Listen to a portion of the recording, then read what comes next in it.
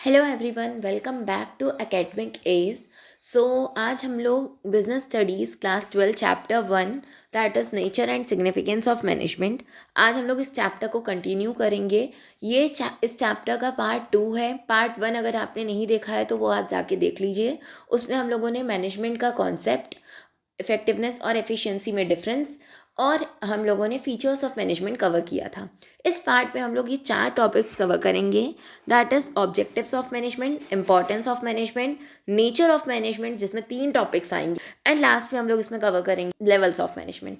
Okay, तो चलिए start करते हैं इस पार्ट के फर्स्ट टॉपिक के साथ, that is objectives of management. तो हम लोगों ने मैनेजमेंट की जब डेफिनेशन पढ़ी थी तो उसमें हम लोगों ने ये पढ़ा था कि हम जो भी प्लान्स बना रहे हैं, जो भी हम लोग काम कर रहे हैं इफ़ेक्टिवली, एफिशिएंटली, वो सब काम हम लोग क्यों कर रहे हैं? अपने ऑब्जेक्टिव को अचीव करने के लिए।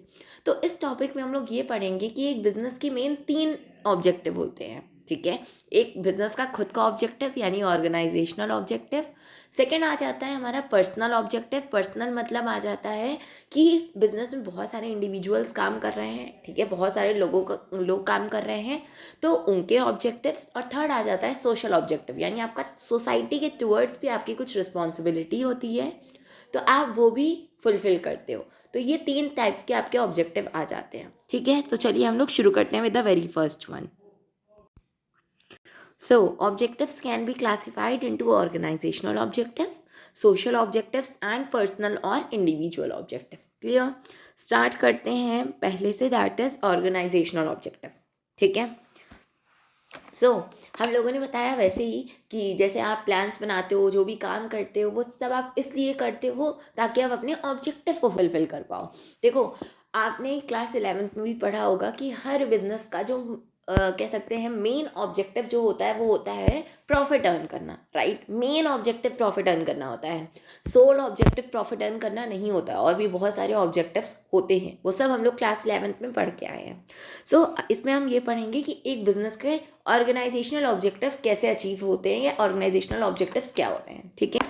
Management is responsible for setting and achieving objectives for the organisation. यानी अगर आप अपना काम सही से करोगे, इफेक्टिवली और एफिशिएंटली करोगे, तभी आप प्रॉपरली ऑब्जेक्टिव सेट भी कर पाओगे और उस ऑब्जेक्टिव को अचीव भी कर पाओगे, ठीक है। ऑब्जेक्टिव यानी टारगेट को, clear. So it has to achieve a variety of objectives in all areas considering the interest of the stakeholders including shareholders, employees, customers and the government, ठीक है। तो उसको मतलब हर किसी के इंटरेस्ट को ध्यान में रखते हुए अपना ऑब्जेक्टिव सेट करना होता है। जैसे जितने भी स्टेक होल्डर्स आपके आ जाते हैं, स्टेक होल्डर्स में मेनली आपके 4 लोग होते हैं, 4 लोग आते हैं: share holders, customers, government and आपके employees, clear. Next, the main objective of any organization should be to utilize human and material resources to the maximum possible advantage, that is to fulfill the economic objectives of the business. तो हर एक business का main motive यही होता है कि वो किस भी तरह से वो अपना ह्यूमन और मटेरियल रिसोर्सेज को फुल्ली यूटिलाइज कर पाए ताकि मैक्सिमम एडवांटेज हो और मैक्सिमम यूटिलाइजेशन हो और मिनिमम वेस्टेज हो, क्लियर। तो मतलब ओवरऑल अगर हम कहें तो वो अपने इकोनॉमिक ऑब्जेक्टिव को फुलफिल करना चाहता है, ठीक है। अब इकोनॉमिक ऑब्जेक्टिव कौन कौन से होते हैं इसको ज़रा समझते हैं। तो मेन आपके 3 इकोनॉमिक ऑब्जेक्टिव्स हो जाते हैं: सर्वाइवल, प्रॉफिट एंड ग्रोथ। तो सबसे पहले आप चाहते हो कि आपका बिजनेस सर्वाइव कर पाए मार्केट में, क्योंकि कॉम्पिटेटिव मार्केट है, तो आप चाहते हो कि कॉम्पिटेटिव एनवायरनमेंट में आपका बिजनेस सर्वाइव कर पाए, ठीक है। अब सर्वाइव कर ले रहा है, सर्वाइव करने का मतलब कि जितना आपको कॉस्ट आ रही है, जितना आप खर्चा कर रहे हो, आप उतना ही इनकम जनरेट कर ले रहे हो, ठीक है। सर्वाइव, इस केस में आप सर्वाइव कर लोगे, ठीक है, क्योंकि आपका कोई लॉस नहीं हो रहा। लेकिन आप सिर्फ सर्वाइव करके तो नहीं चल सकते, ठीक है। तो इसके लिए आपका सेकेंड स्टेज आ जाता है, सेकेंड ऑब्जेक्टिव आ जाता है, दैट इज प्रॉफिट। अब आप क्या मेन ऑब्जेक्टिव हो जाता है आपका प्रॉफिट अर्न करना। तो इस केस में जब आपका प्रॉफिट होता है तो प्रॉफिट से आपको और मोटिवेशन मिलता है। प्रॉफिट जब होता है तो और कई जगह इन्वेस्ट कर सकते हो, ठीक है। आप आगे की जो फ्यूचर के जो रिस्क हैं उसको आप बियर कर सकते हो। तो ये सारी चीज़ें आपकी हो जाती हैं प्रॉफिट में। क्लियर? एंड लास्ट में आता है अब आपका प्रॉफिट भी हो रहा है, तो हर एक बिजनेस अपने आप को एक्सपैंड करना चाहता है और ग्रो करना चाहता है, अलग अलग यूनिट्स बनाना चाहता है। तो थर्ड मेन ऑब्जेक्टिव आपका आ जाता है, दैट इज ग्रोथ। तो ये एक ऑर्गेनाइजेशन के 3 इकोनॉमिक ऑब्जेक्टिव्स हो जाते हैं। ठीक है, अब चलो हम समझते हैं पहले ऑब्जेक्टिव से, that is survival. So the basic objective of any business is survival. Management must strive to ensure the survival of the organization. In order to survive, an organization must earn enough revenues to cover cost. वही चीज़ है मैंने आपको बताया, यानी अगर एक organisation को survive करना है तो उसको इतने रेवेन्यू, इतना इनकम जनरेट करनी पड़ेगी कि वो अपने कॉस्ट को कवर कर पाए। क्लियर? तो इस केस में आप सर्वाइव कर जाओगे। सेकेंड आ जाता है आपका profit. So mere survival is not enough for business. Management has to ensure that the organization makes a profit. Profit provides a vital incentive for the continued successful operation of the enterprise. Profit is essential for covering cost and risk of the business. ठीक है, profit एक incentive है, profit आपको motivate करता है। ठीक है, जैसे अगर आप काम कर रहे हो, आपको उसमें प्रॉफिट जनरेट हो रहा है तो आप और मोटिवेट होगे और अच्छे तरीके से काम करोगे, राइट? तो प्रॉफिट एक इंसेंटिव है जो आपको और मोटिवेट करता है, जो आपको और अच्छे से काम करने के लिए हेल्प करता है। और दूसरी चीज़ ये भी है कि अगर आप प्रॉफिट जनरेट करोगे तो इससे आपकी कॉस्ट भी कवर हो जाएगी और जितने भी रिस्क हैं बिजनेस के वो भी कवर हो जाएंगे। क्लियर? तो पहला हो गया सर्वाइवल, सेकेंड हो गया प्रॉफिट। नाउ अब आ जाता है हमारा third one, that is growth. So a business needs to add to its prospect in the long run. For this, it is important for the business to grow.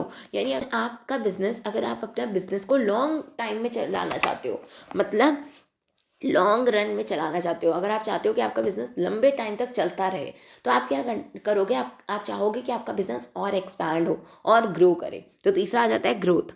To remain in the industry, management must exploit fully the growth potential of the organization. Growth of a business can be measured in terms of sales volume, increase in the number of employees. ठीक है, यानी आपकी sales बढ़ रही है, number of employees जो आप employees हैं वो बढ़ रहे हैं, आप अलग अलग प्रोडक्ट में डील करने लग रहे हो, तो इस तरह से आपकी ग्रोथ होगी। तो पहला हो गया सर्वाइवल, सेकेंड हो गया प्रॉफिट एंड थर्ड हो गया ग्रोथ। तो ऑर्गेनाइजेशनल ऑब्जेक्टिव समझ में आ गया, यानी हर एक बिजनेस का मेन मोटिव यही होता है कि वो अपने ह्यूमन और मटेरियल रिसोर्सेज को फुल्ली यूटिलाइज कर पाए। ठीक है, तो इसमें मेन आपके 3 इकोनॉमिक ऑब्जेक्टिव्स हो जाते हैं, 3 ऑर्गेनाइजेशनल ऑब्जेक्टिव्स हो जाते हैं। पहला हो गया सर्वाइवल, सेकेंड हो गया प्रॉफिट एंड थर्ड हो गया ग्रोथ। क्लियर? अब हम आगे बढ़ते हैं, दैट इज वही चीज़ है, द नंबर ऑफ प्रोडक्ट और the increase in the capital investment. तो ये सारे इंडिकेटर्स हैं ग्रोथ के। ठीक है, सेकेंड आ जाता है सोशल ऑब्जेक्टिव, यानी आपका सोसाइटी के टुवर्ड्स भी कुछ रिस्पॉन्सिबिलिटी होती है।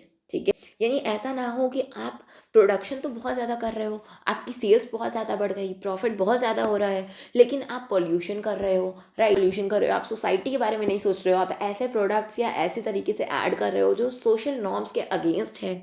ठीक है, तो आपकी सोसाइटी की टुवर्ड्स भी कुछ रिस्पॉन्सिबिलिटी होती हैं, तो वो आपके सोशल ऑब्जेक्टिव्स में आ जाती हैं। ठीक है, it involves the creation of benefit for society, यानी सोसाइटी के लिए आप क्या कर रहे हो वो आपके सोशल ऑब्जेक्टिव्स में आ जाता है। ठीक है, यानी आप क्या कर रहे हो, अलग अलग तरह से सोसाइटी को हेल्प कर रहे हो। ठीक है, सोसाइटी के लिए कुछ इकोनॉमिक वैल्यू जनरेट कर रहे हो। ठीक है, जैसे this includes using environmental friendly methods of production, giving employment opportunities to the underprivileged sections of society and providing basic amenities like schools and healthcare for community। ठीक है, आप क्या कर रहे हो, इन्वायरमेंट फ्रेंडली मेथड्स का use कर रहे हो। ठीक है, सेकेंड, आप जो अंडर प्रिविलेज सेक्शंस है, यानी जो बैकवर्ड सेक्शंस हैं, आप उनको एम्प्लॉयमेंट प्रोवाइड कर रहे हो। ठीक है, थर्ड कि बेसिक एमिनिटीज़ जैसे स्कूल्स, हेल्थ केयर, ये सब आप कम्युनिटी को प्रोवाइड कर रहे हो, तो वो हो जाता है कि ये सब आपके सोशल ऑब्जेक्टिव्स में आ जाते हैं। सोशल ऑब्जेक्टिव मतलब आप सोसाइटी के लिए क्या कर रहे हो वो आ जाता है आपके सोशल ऑब्जेक्टिव्स में। क्लियर? नेक्स्ट आ जाता है आपके personal objective. So organisations are made up of people who have different personalities, backgrounds, experiences and objectives. ठीक है, तो मैंने आपको स्टार्टिंग में ही बताया था कि एक ऑर्गेनाइजेशन में बहुत सारे अलग अलग लोग काम करते हैं जिनकी अलग अलग ऑब्जेक्टिव होते हैं। ठीक है, तो एक ऑर्गेनाइजेशन का उनके टुवर्ड्स भी रहता है कि वो उनके भी ऑब्जेक्टिव को फुलफिल कर पाए। ठीक है, मैंने आपको बताया था फीचर्स ऑफ मैनेजमेंट में हम लोगों ने ये बात पढ़ी थी कि management as a group activity, right? तो वही चीज़ है कि एक ऑर्गेनाइजेशन में बहुत सारे अलग अलग लोग काम करते हैं, अलग अलग उनकी पर्सनालिटी है, अलग अलग ऑब्जेक्टिव के साथ वो उस बिजनेस में काम कर रहे हैं। ठीक है, तो एक ऑर्गेनाइजेशन का ये भी, एक बिजनेस का, एक मैनेजमेंट का ये भी मेन कह सकते हैं मेन रिस्पॉन्सिबिलिटी होती है कि वो जो इनके एम्प्लॉयज़ हैं वो भी खुश रहें, उनके भी ऑब्जेक्टिव को आप अचीव करने में हेल्प करो उनकी। These vary from financial needs such as competitive salaries and perks, social needs such as peer recognition and higher level needs such as personal growth and development। ठीक है, तो इसमें आपकी कुछ फाइनेंशियल नीड्स आ जाती हैं, जैसे कॉम्पिटेटिव सैलरीज आप दे रहे हो, पर्क्स दे रहे हो। सोशल नीड्स आ जाती हैं जैसे peer recognition and higher level needs आ जाती हैं, जैसे उनका पर्सनल ग्रोथ एंड डेवलपमेंट भी हो रहा है, ये कुछ उनकी नीड्स हो जाती हैं। So management has to reconcile personal goals with organisational objective for harmony in the organisation. Simple चीज़ है कि अगर आप अपने ऑर्गेनाइजेशन के ऑब्जेक्टिव को अचीव करना चाहते हो तो आप कैसे कर सकते हो, जब सब लोग एक साथ मिलकर काम करें। तो जब आप लोगों के इंडिविजुअल ऑब्जेक्टिव को आप अचीव करने में हेल्प करोगे तो ऑर्गेनाइजेशनल ऑब्जेक्टिव भी अचीव हो जाएगा, तो इससे एक ऑर्गेनाइजेशन में हार्मनी मेंटेन रहेगी। Clear? So objectives of management में हम लोगों ने मेन 3 ऑब्जेक्टिव पढ़ लिए। पहला हो गया ऑर्गेनाइजेशनल ऑब्जेक्टिव, सेकंड हो गया हमारा सोशल ऑब्जेक्टिव एंड थर्ड हो जाता है हमारा पर्सनल ऑब्जेक्टिव। नेक्स्ट आ जाता है कि इम्पॉर्टेंस ऑफ मैनेजमेंट। ठीक है, चलो, तो मैनेजमेंट आपका क्यों इम्पॉर्टेंट है। हम लोगों ने पढ़ा मैनेजमेंट का मतलब कि आप प्रॉपरली अपने प्लान्स के अकॉर्डिंग सारा काम कर रहे हो, इफेक्टिवली एंड एफिशिएंटली काम कर रहे हो ताकि आप अपने गोल्स को अचीव कर पाओ। तो क्यों मैनेजमेंट इंपॉर्टेंट है, पहले हम ये समझ लेते हैं। क्लियर? तो पहला हो जाता है management helps in achieving group goals, यानी मैनेजमेंट की हेल्प से आप अपने ग्रुप के गोल्स को अचीव कर पाते हो। राइट, ये तो हम लोगों ने फीचर्स में पढ़ा था कि मैनेजमेंट क्या होता है, ये गोल ओरिएंटेड प्रोसेस होता है। ठीक है, क्योंकि हर एक मतलब जो भी आप काम कर रहे हो अपने गोल को अचीव करने के लिए कर रहे हो। ठीक है, तो मैनेजमेंट की हेल्प से आप गोल्स को अचीव कर पाते हो। चलो इसको समझते हैं। The task of a manager is to give a common direction to the individual effort in achieving the overall goal of the organization। एक मैनेजर का ये काम होता है कि वो जितने भी लोग हैं, इंडिविजुअल एफर्ट्स हैं, उस इंडिविजुअल एफर्ट्स को एक कॉमन डायरेक्शन में लगाएं ताकि वो अपने गोल को अचीव कर पाओ। क्लियर? सेकेंड आ जाता है management increases efficiency. So the aim of the manager is to reduce cost and increase productivity. Right, हम लोगों ने मैनेजमेंट की डेफिनेशन में भी यही पढ़ा था कि आप क्या कर रहे हो, अपने प्लान के अकॉर्डिंग सारा काम कर रहे हो, इफेक्टिवली एंड एफिशिएंटली काम कर रहे हो। ठीक है, एक मैनेजर का मेन यही काम ही होता है कि वो सारा काम इस अकॉर्डिंग करे ताकि कॉस्ट कम आए। ठीक है, और आपकी प्रोडक्टिविटी इंक्रीज हो। Right, so the aim of a manager is to reduce cost and increase productivity through better planning, organising, directing, staffing and controlling the activities of the organisation. In यह सारे functions एक manager सही तरीके से काम सही तरीके से परफॉर्म करेगा। ठीक है, तो क्या होगा जब आप इस तरीके से काम करोगे कि आपका कॉस्ट कम आ रही है, आपकी प्रोडक्टिविटी बढ़ रही है, तो इससे आपकी एफिशिएंसी भी बढ़ेगी। ठीक है, नेक्स्ट आ जाता है management creates a dynamic organisation. हम लोगों ने सबने पढ़ा है फीचर्स ऑफ मैनेजमेंट में, दैट इज मैनेजमेंट क्या है, ये एक डायनेमिक एक्टिविटी है, डायनेमिक फंक्शन है। ठीक है, सो मैनेजमेंट की हेल्प से आपका एक डायनेमिक ऑर्गेनाइजेशन क्रिएट होता है। हम सबको पता है कि हमारे इन्वायरमेंट में चेंजेस आ रहे हैं। अब उस चेंज के साथ बिजनेस अगर अपने आप को चेंज कर पाएगा तभी वो बिजनेस सर्वाइव कर पाएगा, तभी बिजनेस चल पाएगा कॉम्पिटेटिव इन्वायरमेंट में। अगर आप चेंजेस के अकॉर्डिंग अपने आप को चेंज नहीं करोगे तो आप नहीं चल पाओगे। ठीक है, सो और जो लोग होते हैं, इंडिविजुअल्स जो होते हैं, वो रेसिस्ट करते हैं चेंज को। तो ये एक मैनेजर की ड्यूटी होती है कि वो क्या करता है, लोगों को मोटिवेट कर रहा है, लोगों को हेल्प कर रहा है ताकि वो चेंजिंग इन्वायरमेंट के साथ खुद को चेंज कर पाए।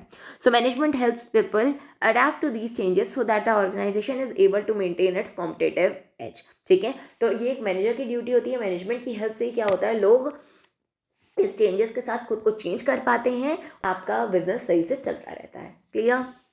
Next, management helps in achieving personal objective. So a manager motivates and leads his team in such a manner that individual members are able to achieve personal goals while contributing to the overall organizational objective. ठीक है, सो ये एक manager का काम होता है कि वो क्या करता है, लोगों को मोटिवेट कर रहा है, लोगों को यूनाइट कर रहा है ताकि आप क्या कर पाओ, अपने इंडिविजुअल ऑब्जेक्टिव को तो अचीव कर ही पाओ और उसके साथ साथ आप अपने ऑर्गेनाइजेशनल ऑब्जेक्टिव को भी अचीव कर पाओ। मैनेजमेंट की हेल्प से आप अपने इंडिविजुअल या पर्सनल ऑब्जेक्टिव्स को भी आप अचीव कर पाते हो। लास्ट आ जाता है management helps in the development of society. देखो, हम लोगों ने ऑलरेडी पढ़ा है कि ऑब्जेक्टिव्स ऑफ मैनेजमेंट में कि आपकी सोशल रिस्पॉन्सिबिलिटी भी होती है। ठीक है, तो मैनेजमेंट की हेल्प से आप क्या कर पाते हो, आप अपने सोशल ऑब्जेक्टिव को भी अचीव कर पाते हो, इससे सोसाइटी का डेवलपमेंट होता है। क्लियर? तो चलिए इसको हम आगे पढ़ते हैं थोड़ा सा। Management helps in the development of the organisation and through that it helps in the development of society. Okay, तो अगर मैनेजमेंट ऑर्गेनाइजेशन में डेवलपमेंट लाएगा तो आपका सोसाइटी का भी डेवलपमेंट होगा। सिंपल चीज़ है, आप सही तरीके से अपने ऑर्गेनाइजेशन में काम करोगे तो सोसाइटी को भी कोई हार्म नहीं होगा एंड सोसाइटी का भी डेवलपमेंट होगा। ठीक है, so it helps to provide good quality product and services, creates employment opportunities, adopts new technology for the greater good of the people and leads the path towards growth and development। ठीक है, यानी आप क्या कर रहे हो, सही quality के प्रोडक्ट्स और सर्विसेज प्रोवाइड कर रहे हो, एम्प्लॉयमेंट अपॉर्चुनिटीज़ प्रोवाइड कर रहे हो, नए टेक्निक्स का यूज़ कर रहे हो। ठीक है, और प्रॉपरली ग्रोथ एंड डेवलपमेंट के लिए आप सही राह चूज़ कर रहे हो, सही पाथ चूज़ कर रहे हो, तो इससे क्या होगा, आप अपने गोल्स को अचीव कर पाओगे। मैनेजमेंट की हेल्प से क्या होता है, सोसाइटी का भी डेवलपमेंट होता है। तो मेन हम लोगों ने 5 इंपॉर्टेंस पढ़ ली मैनेजमेंट की। ठीक है, पहला हो जाता है management helps in achieving group goals, second management increases efficiency, third management creates a dynamic environment या organisation, fourth management helps in achieving personal objectives and fifth आ जाता है management helps in the development of society. Clear, तो अभी तक हम लोगों ने 2 टॉपिक्स कवर कर लिया, objectives of management and importance of management. Clear, so हमारा नेक्स्ट टॉपिक आता है नेचर ऑफ मैनेजमेंट, यानी मैनेजमेंट का नेचर कैसा है। तो इसमें मेनली हम लोग 3 पॉइंट्स पढ़ेंगे कि क्या मैनेजमेंट एक आर्ट है या फिर एक साइंस है या फिर एक प्रोफेशन है। क्लियर, तो चलो सबसे पहले हम समझते हैं। The study of management has evolve over a period of time along with the modern organisation. So modern organisation में क्या होता है, हम नई नई टेक्निक्स का यूज़ करते हैं, नए नए मेथड्स ऑफ प्रोडक्शन का यूज़ करते हैं। सेम उसी तरीके से ये जो मैनेजमेंट की स्टडी है, यानी जिस तरीके से आप मैनेजमेंट करते हो, जिस तरीके से हर चीज़ आप मैनेज करते हो, इसकी भी स्टडी चेंज होती गई है, इवॉल्व हुई है। ठीक है, based both on the experience and practice of managers and a set of theoretical relationships. ठीक है, यानी जिस तरीके से अलग अलग थ्योरीज आई हैं, ये जो आपकी स्टडी है मैनेजमेंट की, ये भी इवॉल्व हुई है over a period of time. ठीक है, so over a period of time it has grown into a dynamic subject with its own special characteristics. ठीक है, तो ये एक डायनेमिक सब्जेक्ट बन गया। डायनेमिक मतलब चेंजिंग वाला, हमेशा चेंज होता जा रहा है। पहले कुछ और इसके प्रिंसिपल्स थे, अब कुछ और इसके प्रिंसिपल्स हैं, क्योंकि लोग चेंज हो रहे हैं, हमारा इन्वायरमेंट चेंज हो रहा है, तो इस वजह से ये जो सब्जेक्ट है इसमें भी बदलाव आ रहा है। क्लियर, और हम इस नेचर ऑफ मैनेजमेंट को हमें 3 तरीके से समझते हैं। ठीक है, सबसे पहला आ जाता है मैनेजमेंट एज एन आर्ट। अब पहले थोड़ा सा हम ये समझ लेते हैं कि इसको हम पढ़ेंगे कैसे। तो नेचर ऑफ मैनेजमेंट में हम ये पढ़ेंगे कि आपका मैनेजमेंट एक आर्ट है या फिर एक साइंस है या फिर एक प्रोफेशन है। ये 3 टॉपिक्स हम लोग कवर करेंगे। अब इसको कैसे कवर करेंगे ये पहले समझो। सबसे पहले हम लोग समझेंगे कि आर्ट का मतलब क्या होता है। ठीक है, आर्ट के फीचर्स क्या होते हैं, फिर हम देखेंगे कि क्या ये आर्ट के फीचर्स मैनेजमेंट पे अप्लाई हो रहे हैं या नहीं हो रहे हैं। अगर हो रहे हैं तो मैनेजमेंट आर्ट है, अगर नहीं हो रहे हैं तो मैनेजमेंट आर्ट नहीं है। सेम हम लोग यही साइंस के साथ भी करेंगे और सेम यही हम लोग प्रोफेशन के साथ भी करेंगे। स्टार्ट करते हैं हम लोग फर्स्ट से, that is management as an art. ठीक है, तो सबसे पहले हम समझते हैं कि आर्ट क्या होता है। Art is the skilful and personal application of existing knowledge to achieve desired result. ठीक है, आप क्या कर रहे हो, आपके पास कुछ एग्जिस्टिंग नॉलेज है, आप कितना उसको स्किलफुली, कितना आप उसको क्रिएटिवली आप उसको अप्लाई कर रहे हो, वही आर्ट कहलाता है। क्लियर, तो आर्ट क्या है कि एग्जिस्टिंग नॉलेज को कितना क्रिएटिवली, कितना स्किलफुली आप क्या कर रहे हो, उसको अप्लाई कर रहे हो ताकि आप अपने रिजल्ट को अचीव कर पाओ। ठीक है, उसी को हम क्या बोलते हैं, आर्ट बोलते हैं। Clear, it can be acquired through study, observation and experience. ठीक है, ओके, नेक्स्ट आ जाता है कि आर्ट के फीचर्स क्या होते हैं।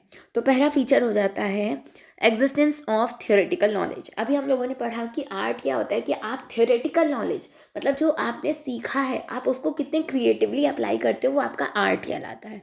ठीक है, तो आर्ट में क्या होता है, कुछ थियोरेटिकल नॉलेज का एग्जिस्टेंस होता है। थियोरेटिकल नॉलेज तो होगी। ठीक है, so art presupposes the existence of certain theoretical knowledge. Experts in their respective areas have derived certain basic principles which are applicable to a particular form of art. ठीक है, यानी अलग अलग जो एक्सपर्ट्स हैं उन्होंने अपने एक्सपीरियंस से क्या किया है, कुछ प्रिंसिपल्स बनाए हैं। ठीक है, जो आप किसी भी पर्टिकुलर पोजीशन में, किसी भी पर्टिकुलर सिचुएशन में अप्लाई करोगे। तो आर्ट में कुछ बेसिक प्रिंसिपल्स, कुछ बेसिक आपकी नॉलेज होती ही होती है। Clear, for example literature on dancing, public speaking, acting और म्यूजिक, ये इज़ वाइडली रिकॉग्नाइज। ठीक है, नेक्स्ट सेकेंड आ जाता है आपका personalised application. So the use of this basic knowledge varies from individual to individual. यानी आपको पता है एक बेसिक नॉलेज सबके पास है, लेकिन आप उसका कितने अच्छी तरीके से यूज़ कर रहे हो वो इंडिविजुअल टू इंडिविजुअल डिफर करता है. सो आर्ट क्या है? Art is a very personalised concept. Art क्या है? ये एक बहुत ही ज़्यादा पर्सनलाइज्ड कॉन्सेप्ट है. ठीक है, यानी ये इंडिविजुअल टू इंडिविजुअल वेरी करता है. आपने बेसिक नॉलेज ले ली, अब उसका आप यूज़ कैसे कर रहे हो वो एक इंसान से दूसरे इंसान तक डिफर करता है. ठीक है, तो आर्ट क्या है? ये एक पर्सनलाइज्ड कॉन्सेप्ट है. क्लियर. नेक्स्ट आ जाता है based on practice and creativity. All art is practical. Art involves the creative practice of existing theoretical knowledge. ठीक है, तो जिस तरीके से आप क्या कर रहे हो, सबसे पहले में हम लोगों ने समझा कि एक बेसिक नॉलेज होती है. ठीक है, एक थ्योरेटिकल नॉलेज तो होती ही होती है. सेकेंड में हम लोगों ने समझा कि जिस तरीके से आप यूज़ कर रहे हो वो डिफर कर सकता है. ठीक है, एंड थर्ड में आ जाता है based on practice and creativity. यानी आपकी प्रैक्टिस पर डिपेंड करता है. जितना आप प्रैक्टिस करोगे, जितना आप क्रिएटिवली उसको यूज़ करोगे, उतना आर्ट आपका और अच्छा होगा. ठीक है, तो ऑल आर्ट इज़ प्रैक्टिकल. ठीक है, उसमें कुछ क्रिएटिव प्रैक्टिस होती है उस एग्जिस्टिंग थ्योरेटिकल नॉलेज. क्लियर. जैसे we know that all music is based on 7 basic notes, right.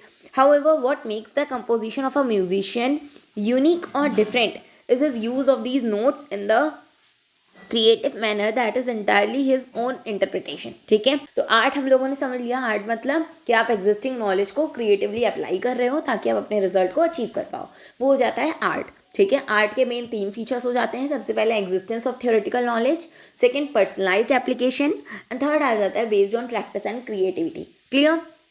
तो अब हम नेक्स्ट पढ़ेंगे, अब हम नेक्स्ट समझेंगे कि आपका क्या ये आर्ट के फीचर्स मैनेजमेंट पे अप्लाई होते हैं या नहीं होते हैं. अगर हो जाएंगे तो मैनेजमेंट एक आर्ट है. ठीक है, और अगर नहीं होंगे तो मैनेजमेंट एक आर्ट नहीं है. तो समझते हैं. Management can be said to be an art since it satisfies the following criteria. Management में एक आर्ट होता है. क्यों? क्योंकि देखो उसमें भी ये कुछ फीचर्स होते हैं आर्ट के. अब देखो हम समझते हैं. पहला, a successful manager practices the art of management in the day-to-day job of managing an enterprise based on study, observation and experience. यानी जो एक सक्सेसफुल मैनेजर होता है वो भी क्या करता है, मतलब अपने जो बेसिक नॉलेज होती है उसको डे टू डे लाइफ में अपनी स्टडी से, ऑब्जर्वेशन से, एक्सपीरियंस से उसको अप्लाई करता है. ठीक है, so there is existence of theoretical knowledge. यानी मैनेजमेंट में भी थियोरेटिकल नॉलेज होती है, एक बेसिक प्रिंसिपल होता है. तो मैनेजमेंट पहला फीचर हो गया. आर्ट में हम लोगों ने पढ़ा था कि एग्जिस्टेंस ऑफ थियोरेटिकल नॉलेज. तो मैनेजमेंट में भी यही होता है कि आप अपने स्टडी से, ऑब्जर्वेशन से, एक्सपीरियंस से उस चीज़ को अप्लाई करते हो. तो मैनेजमेंट में भी बेसिक प्रिंसिपल्स होते हैं. ठीक है, तो मैनेजमेंट में भी क्या होता है, existence of theoretical knowledge. Clear. Second, there are various theories of management as propounded by many management thinkers which prescribe certain universal principles. So a manager applies these scientific methods and body of knowledge to a given situation, an issue or a problem in his own unique manner. Clear? Okay, तो अभी तक हम लोगों ने पढ़ा management में भी आपके बेसिक प्रिंसिपल्स रहते हैं. ठीक है, तो मैनेजर क्या करता है, ये बेसिक प्रिंसिपल्स को अलग अलग तरह से यूज़ करता है, अपने ओन मैनर में इसका यूज़ करता है. तो एक अच्छा मैनेजर क्या करता है, good manager through a combination of practice, creativity, imagination, innovation and initiative. एक अच्छा मैनेजर भी बहुत प्रैक्टिस करता है, क्रिएटिविटी लाता है. तो ये भी जो मैनेजमेंट है वो भी बेस्ड किस पे है, प्रैक्टिस एंड क्रिएटिविटी पे. क्लियर.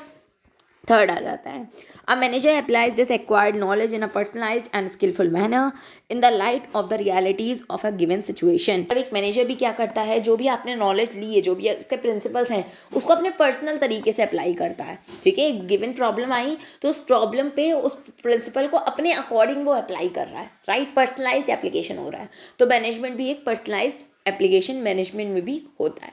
तो मैनेजमेंट को हम आर्ट कह सकते हैं. क्यों? क्योंकि इसमें भी एग्जिस्टेंस ऑफ थियोरेटिकल नॉलेज होता है, पर्सनलाइज्ड एप्लीकेशन होता है and based, it is based on practice and creativity. Clear.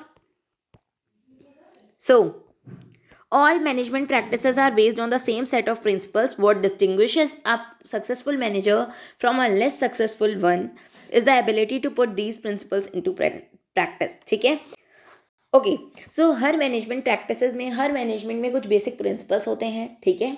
एक सक्सेसफुल मैनेजर और एक अनसक्सेसफुल मैनेजर में डिफरेंस सिर्फ इतना होता है कि वो किस तरीके से उसको अप्लाई कर रहे हैं, ठीक है, कितने अच्छे तरीके से उस प्रिंसिपल्स को प्रैक्टिस में ला रहे हैं, वो डिफरेंस बस आ जाता है। तो मैनेजमेंट भी एक आर्ट है, management is an art. Clear.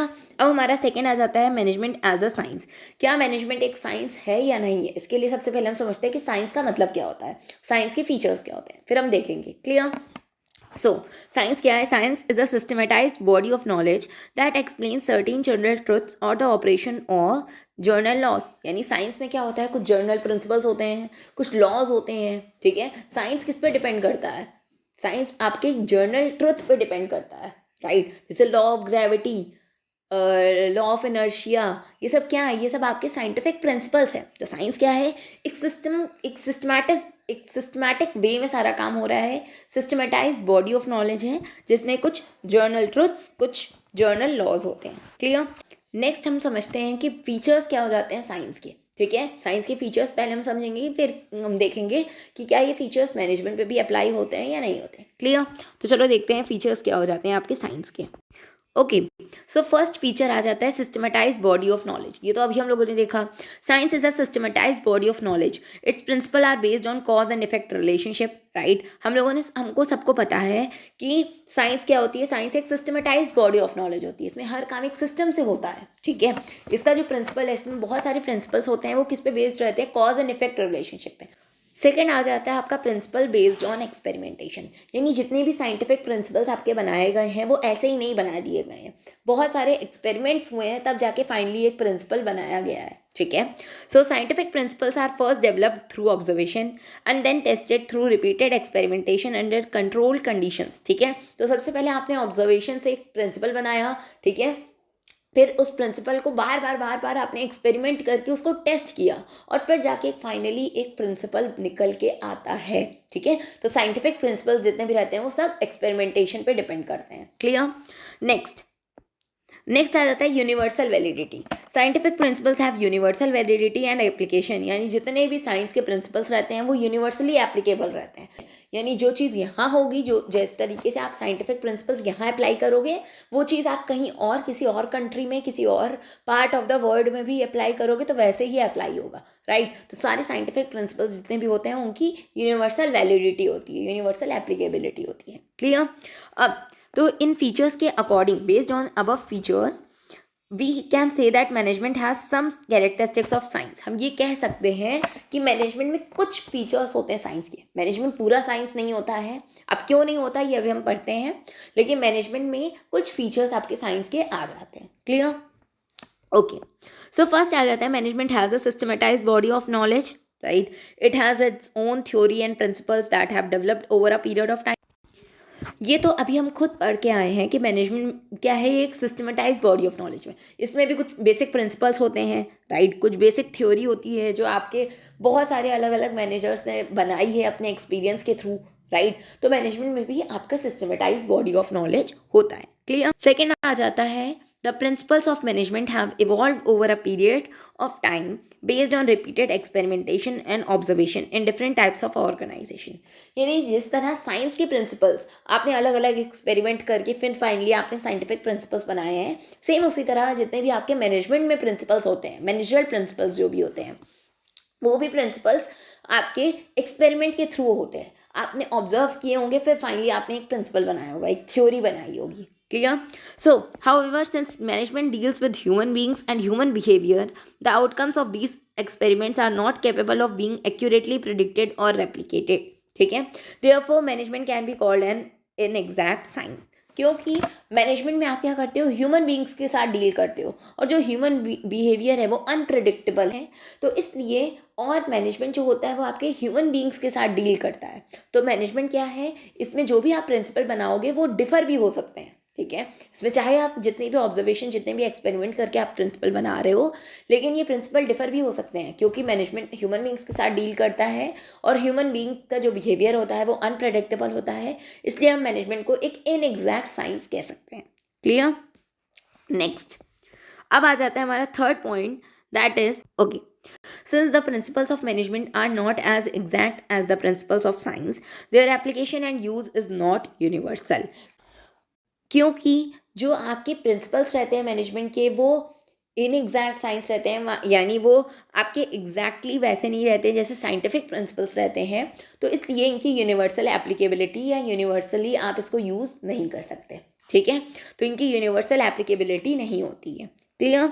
सो हमने पढ़ा साइंस में मेन 3 फीचर्स आ जाते हैं, well systematised body of knowledge, principles based on experimentation and universal validity, ठीक है। लेकिन सिर्फ इनमें से एक ही फीचर जो है आपका साइंस का वो प्रॉपरली अप्लाई हो रहा है मैनेजमेंट पे, राइट। लेकिन पूरे 2 और अप्लाई ही नहीं हो पा रहे हैं, ठीक है। मैनेजमेंट में भी सिस्टमेटाइज बॉडी ऑफ नॉलेज होती है, लेकिन मैनेजमेंट के जो प्रिंसिपल्स होते हैं वो एक्सपेरिमेंट पे डिपेंड करते हैं, लेकिन वो एक इनएग्जैक्ट साइंस होती है। क्यों? क्योंकि ह्यूमन बींग्स के साथ डील करता है, और क्योंकि ये इनएग्जैक्ट साइंस है तो इसको हम यूनिवर्सली एप्लीकेबिलिटी नहीं दे सकते, राइट। इसको हम यूनिवर्सली एप्लीकेबल नहीं कर सकते। क्लियर? तो साइंस क्या है, तो मैनेजमेंट क्या है, ये एक इनएग्जैक्ट साइंस है, या फिर इसको हम बोल सकते हैं मैनेजमेंट क्या है, ये एक सोशल साइंस है। Clear? So, management as an art and a science are therefore not mutually exclusive but complement each other. Next आ जाता है आपका मैनेजमेंट एज अ प्रोफेशन। तो सबसे पहले हम समझते हैं कि प्रोफेशन का मतलब क्या होता है, ठीक है। Organisations look for individuals with specific qualification and experience to manage them, ठीक है। आप बिजनेस में भी यही चाहते हो कि जो कुछ एक्सपर्ट्स आप ले आओ, कुछ ऐसे इंडिविजुअल्स ले आओ जिनके पास स्पेसिफिक क्वालिफिकेशन हो, जो एक स्पेसिफिक फील्ड में अच्छे हों, राइट, एक्सपर्ट हों, तो उन्हें ही हम प्रोफेशनल बोलते हैं, राइट। प्रोफेशनल कौन होता है? प्रोफेशन मतलब क्या होता है? प्रोफेशन मतलब एक ऐसी इकोनॉमिक एक्टिविटी जिसमें एक इंसान क्या करता है, कुछ एक स्पेशल तरीके से किसी एक पर्टिकुलर फील्ड में क्या कर रहे हो, आप अपने नॉलेज को अप्लाई कर रहे हो, वो हो जाता है आपका प्रोफेशन, ठीक है। जैसे टीचिंग एक प्रोफेशन है, राइट। तो ये सब आपके डॉक्टर ये एक प्रोफेशन है, तो ये सारे आपके प्रोफेशन हो जाते हैं। क्लियर? तो अब हम समझते हैं कि प्रोफेशन के फीचर्स क्या होते हैं। A profession has the following characteristics, ठीक है। फर्स्ट आ जाता है well defined body of knowledge. एक प्रोफेशन में भी, यानी अगर आप टीचर हो, अगर आप डॉक्टर हो, तो उसमें भी कुछ well defined body of knowledge रहती है, यानी एक बेसिक नॉलेज रहती है, ठीक है। So all professions are based on a well defined body of knowledge that can be acquired through instruction. यानी आप क्या कर रहे हो, प्रॉपरली उसकी पढ़ाई कर रहे हो, प्रॉपरली समझ रहे हो, इंस्ट्रक्शंस पूरे प्रॉपरली फॉलो कर रहे हो, एंड फिर उसमें क्या होता है, आप उसको एक्वायर कर लेते हो। तो हर एक प्रोफेशन में भी एक बेसिक नॉलेज होती है। Clear? Second, restricted entry. The entry to a profession is restricted through an examination or through acquiring an educational degree, ठीक है। जैसे अगर आपको एक डॉक्टर बनना है या आपको एक सीए बनना है, जो भी है, तो उसके लिए आपके पास एक स्पेसिफिक डिग्री होनी चाहिए, ठीक है। आपके पास कुछ एक एजुकेशनल क्वालिफिकेशन होनी चाहिए। ऐसा नहीं है कि कोई भी इंसान उठ के गया और कुछ भी बन सकता है, राइट, ऐसा नहीं है, ठीक है। उसके लिए भी रिस्ट्रिक्टेड एंट्री है, यानी आपके पास कुछ एजुकेशनल क्वालिफिकेशन होनी चाहिए, डिग्री होनी चाहिए। Clear? So, for example, to become a chartered accountant in India, a candidate has to clear a specified examination conducted by the Institute of Chartered Accountants of India. ठीक है, यानी अगर आपको CA बनना है, चार्टेड अकाउंटेंट बनना है, तो उसके लिए भी आपको जो institute of chartered accountants of India होते हैं, जो उन्होंने जितने भी अलग अलग तरह के एग्ज़ाम्स रखे हैं, आपको उन एग्ज़ाम को पास करना पड़ता है, तभी आप फाइनली जाके एक सीए बन सकते हो, ठीक है। नेक्स्ट आ जाता है professional association. So all professions are affiliated to a professional association which regulates entry, grant certificate of practice and formulates and enforces a code of conduct, ठीक है। तो हर एक प्रोफेशन में क्या होता है कि एक प्रोफेशनल एसोसिएशन रहता है जिसका आपको पार्ट बनना पड़ता है, जिसका आपको मेंबर बनना पड़ता है। क्लियर? तो हर प्रोफेशन में एक प्रोफेशनल एसोसिएशन रहता है जिसके अकॉर्डिंग ही सारा काम होता है, जिसके अकॉर्डिंग पूरा रहता है कि एंट्री कब आपको मिलेगी, कितना, मतलब सर्टिफिकेट, जिस तरीके से आप काम कर रहे हो उससे ही आपको सर्टिफिकेट मिलता है, ठीक है। किस तरीके से आपको काम करना है, आपका कोड ऑफ कंडक्ट सब उसी के अकॉर्डिंग रहता है। तो एक प्रोफेशनल एसोसिएशन के अंदर जाके आपको उनका मेंबर भी बनना पड़ता है, ठीक है। So to be able to practise in India, lawyers have to become members of the bar council which regulates and controls their activities. जैसे आपको अगर इंडिया में लॉयर बनना है तो आपको बार काउंसिल का मेंबर बनना पड़ेगा, ठीक है। तो कुछ प्रोफेशनल एसोसिएशंस भी होते हैं जिनके अंदर आपको जाके एक मेंबर अपना बनना पड़ता है, Clear?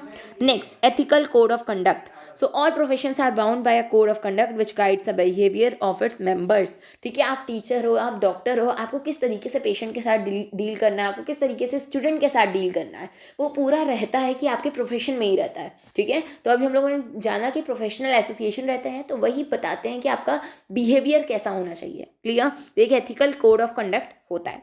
All doctors for example take the oath of ethical practice at the time they enter the profession. ठीक है, लास्ट आ जाता है आपका service motive. So the basic motive of a profession is to serve their clients interest by rendering dedicated and committed service. Clear? तो हर एक profession का जो मेन मोटिव होता है वो सर्विस मोटिव होता है. राइट? तो जो भी आपका प्रोफेशन रहता है वो मेन सर्विस मोटिव के लिए काम करते हैं. Clear? Management does not meet the exact criteria of a profession. However, it does have some of the features of a profession. ठीक है, तो मैनेजमेंट पूरा प्रोफेशन नहीं होता है लेकिन कुछ फीचर्स आपके प्रोफेशन के मैनेजमेंट में भी आते हैं. क्लियर? फर्स्ट से स्टार्ट करते हैं. All over the world, there is marked growth in management as a discipline. It is based on a systematic body of knowledge comprising well-defined principles based on a variety of business situations. ठीक है, okay. तो management जिस तरह हम पढ़ते ही आ रहे हैं 2 बार से कि मैनेजमेंट में भी कुछ बेसिक आपके प्रिंसिपल्स रहते हैं, कुछ एक basic systematised body of knowledge रहती है और उसी के अकॉर्डिंग आप क्या करते हो, उसके प्रिंसिपल मतलब काम करते हो. ठीक है, तो मैनेजमेंट में भी well defined body of knowledge होती है. क्लियर? और यही प्रोफेशन में भी होता है. तो मैनेजमेंट इस कंडीशन में एक प्रोफेशन है. राइट? सिर्फ पहला फीचर अभी अप्लाई हो रहा है. सेकेंड फीचर अब देखते हैं. ठीक है, there is no restriction on anyone being designated और appointed as a manager in any business enterprise. Anyone can be called a manager irrespective of the educational qualification possessed. ठीक है, ऐसा कोई वैसे रिस्ट्रिक्शन नहीं है. कोई भी किसी भी यानी आपके पास कोई भी क्वालिफिकेशन हो आप मैनेजर बन सकते हो किसी भी ऑर्गेनाइजेशन में. But professional knowledge and training is considered to be a desirable qualification. ठीक है, यानी लेकिन अगर आपको एक मैनेजर बनना है तो आपके पास कुछ उतनी तो नॉलेज होनी ही चाहिए. ऐसा नहीं है कि आपके पास बहुत ज़्यादा एजुकेशनल क्वालिफिकेशन और ये सब चाहिए, लेकिन अगर आपको एक मैनेजर बनना है तो आपके पास एक बेसिक तो नॉलेज होनी ही चाहिए. ठीक है, एक प्रोफेशनल नॉलेज, एक डिज़ायरेबल क्वालिफिकेशन तो होनी ही होनी चाहिए. क्लियर? तो ये हो जाता है आपका सेकेंड. ठीक है, यानी ऐसे कोई रिस्ट्रिक्टेड एंट्री नहीं है लेकिन आपके पास बेसिक ट्रेनिंग, बेसिक नॉलेज तो होनी चाहिए. क्लियर? नेक्स्ट, बेसिक क्वालिफिकेशन तो होनी चाहिए. क्लियर? नेक्स्ट आ जाता है. There are several associations of practising managers in India like AIMA यानी all India management associations. Clear? बहुत सारे अलग अलग आपके कह सकते हैं एसोसिएशंस है इंडिया में. ठीक है, जो मैनेजर्स के लिए होते हैं. जैसे AIMA यानी आपका all India management association that has laid down code of conduct to regulate the activities of the members. उसके अकॉर्डिंग बहुत सारे कोड बनाए गए हैं कि आपको किस तरीके से जो उसके मेंबर्स हैं या जो मैनेजर्स हैं उनको किस तरीके से बिहेव करना चाहिए. ठीक है, सारा कोड ऑफ कंडक्ट बताया गया है. But there is however no compulsion for members to be members of such an association nor does it have any statutory backing. ठीक है, जैसे प्रोफेशन में एक पर्टिकुलर प्रोफेशन में आपको प्रोफेशनल एसोसिएशन का मेंबर भी बनना होता है. ठीक है, रिस्ट्रिक्टेड एंट्री भी होती है, एथिकल कोड ऑफ कंडक्ट भी होता है, लेकिन इसमें क्या होता है, इसमें कोई रिस्ट्रिक्टेड एंट्री नहीं रहती. हाँ, लेकिन बेसिक क्वालिफिकेशंस आपके पास होनी चाहिए. ठीक है, इसमें आपके प्रोफेशनल एसोसिएशंस तो होते हैं लेकिन कोई कंपल्शन नहीं है कि आपको उसका मेंबर बनना ही बनना पड़ेगा. जब आप एक प्रोफेशनल एसोसिएशन के मेंबर ही नहीं बन रहे हो तो एथिकल कोड ऑफ कंडक्ट जो उनके अकॉर्डिंग सारे उनके मेंबर्स को फॉलो करना होता है तो वो भी आप फॉलो नहीं करोगे. क्लियर? तो ऐसा कुछ कंपल्शन नहीं है. ठीक है, last, the basic purpose of management is to help the organization achieve its stated goal. This may be profit maximization for a business enterprise and service for a hospital. ठीक है, basic purpose एक manager का यही होता है, एक management का basic motive यही होता है कि वो ऑर्गेनाइजेशन को किस तरीके से हेल्प कर रहा है, यानी ऑर्गेनाइजेशन का जो गोल है वो अचीव हो पाए. राइट? तो ऑर्गेनाइजेशन का गोल अगर आपका प्रॉफिट मोटिव है तो प्रॉफिट को अचीव करने में हेल्प कर रहा है. तो इनका कोई मेन गोल आपका सर्विस मोटिव होता नहीं है. ठीक है, जो भी ऑर्गेनाइजेशन का गोल होगा वह ये अचीव करने में हेल्प करेंगे. तो एक मैनेजमेंट पूरा प्रोफेशन नहीं है. कुछ फीचर्स आ रहे हैं, मतलब बहुत सारे अलग अलग चीज़ें आ रहे हैं, अलग अलग चेंजेस आ रहे हैं. ठीक है, अब ऐसा नहीं है कि कोई भी उठ के आके मैनेजर बन सकता है. आपके पास कुछ बेसिक क्वालिफिकेशन तो होनी ही चाहिए. मतलब चेंजेस आ रहे हैं लेकिन अभी ऐसा नहीं है कि मैनेजमेंट एक प्रोफेशन बन ही गया है. क्लियर? तो If an organization has a good management team that is efficient and effective, it automatically serves society by providing good quality products as reasonable prices. ठीक है, यानी अगर एक ऐसा ऑर्गेनाइजेशन है जिसके अंदर बहुत अच्छी मैनेजमेंट टीम है, जो एफिशिएंट भी है, इफेक्टिव भी है, तो आप अच्छे प्रोडक्ट्स एंड सर्विसेज आप प्रोवाइड करोगे, तो इससे इस तरह से आप सोसाइटी को सर्विस तो प्रोवाइड कर ही रहे हो, राइट। आप सोसाइटी को सर्व तो कर ही रहे हो, तो इस तरीके से आ सकता है कि हाँ, मैनेजमेंट भी एक सर्विस मोटिव के लिए काम करता है। लेकिन आपका जो हम कह सकते हैं कि मैनेजमेंट भी एक प्रोफेशन है, तो मैनेजमेंट एक फुल फ्लेश प्रोफेशन नहीं है। क्लियर? तो इस तरीके से आपका कवर होता है ये नेचर ऑफ मैनेजमेंट वाला टॉपिक, जिसमें हम लोगों ने ये पढ़ा कि सबसे पहले मैनेजमेंट एज एन आर्ट, जिसमें हम लोगों ने सबसे पहले समझा कि आर्ट का मतलब क्या होता है, आर्ट के फीचर्स क्या होते हैं, और क्या मैनेजमेंट उस पर अप्लाई होता है या नहीं होता है। तो मैनेजमेंट एक आर्ट होता है। क्लियर? सेकेंड, हम लोगों ने पढ़ा कि साइंस क्या मतलब क्या होता है, साइंस के फीचर्स क्या होते हैं, और क्या साइंस का ये जो फीचर्स हैं वो मैनेजमेंट पे अप्लाई होते हैं या नहीं होते हैं। तो मैनेजमेंट एक फुल फ्लेज साइंस नहीं है, मैनेजमेंट एक सोशल साइंस हम कह सकते हो, या इनएग्जैक्ट साइंस आप कह सकते हो। क्लियर? नेक्स्ट हम लोगों ने पढ़ा कि प्रोफेशन क्या होता है, प्रोफेशन के फीचर्स क्या होते हैं, और क्या मैनेजमेंट पे प्रोफेशन के फीचर्स अप्लाई होते हैं या नहीं होते हैं। तो मैनेजमेंट भी एक फुल फ्लेश प्रोफेशन नहीं है, लेकिन हाँ, ये प्रोफेशन बन रहा है, थोड़ा थोड़ा चेंजेस आ रहे हैं, लेकिन अभी प्रोफेशन पूरी तरह से नहीं है। तो ये मेन हम लोगों ने 3 टॉपिक्स कवर कर लिए इस पार्ट में। क्लियर? इस आपके टॉपिक में हम लोगों ने मेन 3 चीज़ें पढ़ ली नेचर ऑफ मैनेजमेंट में, that is management as an art, management as a science and management as a profession. Clear? अब हमारा जो नेक्स्ट टॉपिक आ जाता है वो आ जाता है लेवल्स ऑफ मैनेजमेंट। ये इस पार्ट का लास्ट टॉपिक है। इस टॉपिक को हम कवर कर लेंगे तो ये पार्ट हमारा कवर हो जाएगा। क्लियर? तो लेवल्स ऑफ मैनेजमेंट क्या होता है? Management is a universal term used for certain functions performed by individuals in an enterprise who are bound together in a hierarchy of relationships. हम सबको पता है कि एक ऑर्गेनाइजेशन में एक सुपीरियर होता है, एक सबऑर्डिनेट होता है, यानी हायरार्की मतलब रैंक्स होती हैं, अलग अलग आपकी पोजीशन होती है। ठीक है? तो हर एक मैनेजमेंट में अलग अलग लेवल्स होते हैं और मैनेजमेंट के। क्लियर? तो अब हम समझते हैं। So this authority responsibility relationship binds individual as superior and subordinate and give rise to different levels in an organization. तो यही हायरार्की, यही आपकी अथॉरिटी रिस्पॉन्सिबिलिटी रिलेशनशिप की वजह से क्या होता है, एक इंसान सुपीरियर हो गया, एक इंसान सबऑर्डिनेट हो गया। क्लियर? तो इस तरह से सुपीरियर सबऑर्डिनेट्स हो जाते हैं और इस तरह से आपके ऑर्गेनाइजेशन में अलग अलग लेवल्स बन जाते हैं। तो जनरली अगर हम बोलें तो मेनली आपके ऑर्गेनाइजेशन में 3 लेवल्स होते हैं मैनेजमेंट के। क्लियर? तो हम लोग ये जो आपका डायग्राम है इससे हम समझते हैं कि मैनेजमेंट में कितने लेवल्स होते हैं। तो लेवल्स ऑफ मैनेजमेंट क्या हो गया? सबसे पहले टॉप मैनेजमेंट, फिर आ जाता है आपका मिडिल मैनेजमेंट, और लास्ट में आ जाता है आपका ऑपरेशनल मैनेजमेंट। क्लियर? तो ये आपके मैनेजमेंट के लेवल्स है, कंफ्यूज नहीं होना है। यानी जितने मैनेजर्स होते हैं ये मैनेजर्स में मेन लेवल्स आ जाते हैं। क्लियर? ये नहीं सोचना है कि क्या इसमें वर्कर्स कहाँ गए, एम्प्लॉयज़ कहाँ गए, वो सब अभी हम बाद में पढ़ेंगे, वो सब आपका इसके अंडर आते हैं। ये मैनेजमेंट के लेवल्स हैं। क्लियर? तो जैसे टॉप मैनेजमेंट में आपके आ जाते हैं journal managers, vice president, chief executive, ये सभी हम आगे पढ़ेंगे। ठीक है? किसी भी कंपनी के चेयरमैन, ये सब आपके टॉप मैनेजमेंट में आ जाते हैं। क्लियर? मिडिल मैनेजमेंट में जैसे आपके डिपार्टमेंटल मैनेजर्स आ जाते हैं, या डिपार्टमेंटल हेड्स आ जाते हैं, प्लांट सुपरिटेंडेंट आ जाते हैं। ठीक है? तो ये सब आपके मिडिल मैनेजमेंट में आ जाते हैं।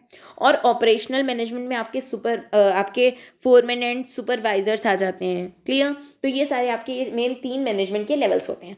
अब इसको हम समझते हैं कि मेन लेवल्स आपके होते क्या है, और इन लेवल्स पे जो लोग रहते हैं उनकी मेन क्या फंक्शंस रहते हैं, अब हम ये समझते हैं। ठीक है? तो स्टार्ट करते हैं हम लोग टॉप मैनेजमेंट से। They consist of the senior most executives of the organisation by whatever name they are called. They are casually refer to as the chairman, the chief executive officer, chief operating officer, president and vice president. ठीक है? तो जैसे नाम से clear हो रहा है, जितने भी आपके सीनियर लोग हो जाते हैं वो आपके टॉप मैनेजमेंट पे आ जाते हैं। क्लियर? जैसे आपके chairman, chief executive officer, vice president, operating officer, president, ये सारे आपके टॉप मैनेजमेंट पे आ जाते हैं। क्लियर? अब इनके मेन टास्क क्या होता है, इनका मेन फंक्शंस क्या होते हैं, ये जरा हम समझते हैं। So their basic task is to integrate different elements and coordinate the activities of different departments according to the overall objective of the organisation. Clear? ये क्या करते हैं, जितने भी अलग अलग लोग हैं उन अलग अलग लोगों को एक साथ यूनाइट कर रहे हैं। ठीक है? उनके एफर्ट्स को एक साथ यूनाइट कर रहे हैं, उनकी एक्टिविटीज़, अलग अलग डिपार्टमेंट्स की एक्टिविटीज़ को कोऑर्डिनेट करवा रहे हैं ताकि आप ओवरऑल ऑब्जेक्टिव को अचीव कर पाओ। क्लियर? तो कोऑर्डिनेशन इनका पहला मेन क्या हो जाता है, टास्क हो जाता है, मेन फंक्शन हो जाता है. Second, these top level managers are responsible for the welfare and survival of the organisation. क्योंकि जितनी भी पॉलिसीज़ हैं, जितने भी आपके ऑब्जेक्टिव हैं, वो सब यही सेट करते हैं. तो ये जो होते हैं यही आपके ओवरऑल वेलफेयर, ओवरऑल ऑर्गेनाइजेशन के वेलफेयर और सर्वाइवल के लिए रिस्पॉन्सिबल होते हैं. Clear. Next, they formulate overall organisational goals and strategies for their achievement. ठीक है, जैसे अभी मैंने बताया कि यही सारे ऑब्जेक्टिव सेट करते हैं, यही सारी स्ट्रेटजीज बनाते हैं, यही लोग सारे आपके पॉलिसीज़ भी बनाते हैं. क्लियर. गोल सेट करते हैं. Clear. Next, they are responsible for all the activities of the business and for its impact on society. क्योंकि यही सब चीज़ पॉलिसीज़ बना रहे हैं, यही सब बता रहे हैं कि आपको काम किस तरीके से करना है, तो ओवरऑल उसका जो सोसाइटी पे क्या इम्पैक्ट पड़ेगा उसके लिए भी यही रिस्पॉन्सिबल होते हैं. क्लियर. तो टॉप मैनेजमेंट, जैसे कि नाम से क्लियर हो रहा है, टॉप मैनेजमेंट मतलब वो लोग आ जाते हैं जो आपके सीनियर मोस्ट होते हैं. क्लियर. जैसे प्रेसिडेंट, वाइस प्रेसिडेंट. ठीक है. और टॉप मैनेजमेंट के मेन फंक्शंस क्या हो जाते हैं. पहला फंक्शन कि बहुत सारे लोगों को, बहुत सारे अलग अलग डिपार्टमेंट्स को ये लोग कोऑर्डिनेट करते हैं. दूसरा फंक्शन कि ओवरऑल ऑर्गेनाइजेशन के वेलफेयर और सर्वाइवल के लिए यही रिस्पॉन्सिबल होते हैं. तीसरा फंक्शन कि जो भी आपके ओवरऑल ऑर्गेनाइजेशन की जितनी भी पॉलिसीज़ होती हैं, जितनी भी स्ट्रेटजीज़ होती हैं, गोल्स होते हैं, वो सारे यही सेट करते हैं. फोर्थ फंक्शन, यही रिस्पॉन्सिबल होते हैं जो भी सोसाइटी पे इम्पैक्ट पड़ता है, सोशल वेलफेयर, सोशल जो भी इम्पैक्ट पड़ता है उसके लिए भी यही रिस्पॉन्सिबल होते हैं. क्लियर. तो ये मेन 4 फंक्शंस हो गए आपके टॉप मैनेजमेंट के. ये इसलिए बता दिए गए हैं ये 4 फंक्शंस अलग अलग तरीके से, क्योंकि एग्जाम में आ सकता है कि टॉप मैनेजमेंट में आपके कौन लोग आ जाते हैं, टॉप मैनेजमेंट के फंक्शंस क्या हो जाते हैं, कौन कौन क्या क्या फंक्शंस परफॉर्म करते हैं आपके टॉप मैनेजर्स. ठीक है, तो ये आपका क्वेश्चन आ सकता है, तो इसलिए फंक्शंस बता दिए गए हैं. नेक्स्ट आ जाता है आपका मिडल मैनेजमेंट. ठीक है. So, middle management, it is a link between the top and the lower level managers. They are subordinate to top managers and superior to the first line managers. They are usually known as division heads. बहुत important है. देखो, middle management जैसे नाम से clear हो रहा है, ये बीच में आते हैं. टॉप और लोअर को ये ज्वाइन करते हैं. जितने भी टॉप मैनेजमेंट होते हैं, जितने भी लोअर मैनेजमेंट होते हैं, उनके बीच में एक लिंक का काम करते हैं कि आपके मिडल मैनेजमेंट. ठीक है. टॉप मैनेजमेंट के ये सबऑर्डिनेट होते हैं, यानी टॉप मैनेजमेंट के ये जूनियर होते हैं, और जो लोअर मैनेजमेंट होते हैं ये उनके सीनियर होते हैं. क्लियर. इनको हम क्या बोलते हैं, डिवीजन हेड्स भी बोल सकते हैं. नेक्स्ट, अब इसके मेन फंक्शंस क्या होते हैं ये जरा हम देखते हैं. सो टॉप मैनेजमेंट ने क्या किया, सारे रूल, सारे रेगुलेशन, सारे गोल्स आपके सेट कर दिए. अब उसको इम्प्लीमेंट करने का किसका काम होता है, मिडल मैनेजमेंट का काम होता है. So middle management is responsible for implementing the controlling plans, implementing and controlling plans and strategies developed by top management. ठीक है. इनके मेन क्या क्या काम करते हैं ये ध्यान से देखते हैं. देखो, पहला काम, interpret the policies framed bye top management. जो भी पॉलिसीज टॉप मैनेजमेंट ने बनाई है उसको इंटरप्रेट करते हैं, उसको समझते हैं. ठीक है. Second, ensure that there department has the necessary personal मतलब स्टाफ. ठीक है. इंश्योर करते हैं कि उनके डिपार्टमेंट में जितने स्टाफ की ज़रूरत है उतने स्टाफ हैं या नहीं है. ठीक है. Third, assign necessary duties and responsibilities to them. सबको सबकी ड्यूटी, सबको सबकी रिस्पॉन्सिबिलिटीज़ बताते हैं, तुम्हारा क्या काम है. ठीक है. Fourth, motivate them to achieve desired objective. अलग अलग लोग मतलब सबको क्या करते हैं, मोटिवेट करते हैं ताकि आप अपने ऑब्जेक्टिव को अचीव कर पाओ. ठीक है. एंड फिफ्थ आ जाता है, cooperate with other department for smooth functioning of the organisation. ठीक है. यानी अदर डिपार्टमेंट्स के साथ भी ये कोऑर्डिनेट करते हैं, कोऑपरेट करते हैं ताकि आप अपने ऑर्गेनाइजेशन के ऑब्जेक्टिव को अचीव कर पाओ. तो मिडल मैनेजमेंट क्या हो जाते हैं, सिंपल. मिडल मैनेजमेंट में मेनली आपके आ जाते हैं, मिडल मैनेजमेंट मतलब एक लिंक टॉप और लोअर मैनेजमेंट के लिए. ठीक है. ये क्या करते हैं, इन्हीं को हम डिवीजन हेड्स भी कहते हैं. ठीक है. टॉप मैनेजमेंट के सबऑर्डिनेट होते हैं और लोअर मैनेजमेंट के सुपीरियर होते हैं. क्लियर. इनके मेन फंक्शंस क्या होते हैं, वही पॉलिसीज इंप्लीमेंट करते हैं ये. ठीक है. इनके लिए ही क्या करते हैं, पॉलिसीज़ को इंटरप्रेट कर रहे हैं जो भी टॉप मैनेजमेंट ने बनाई है, पहला फंक्शन.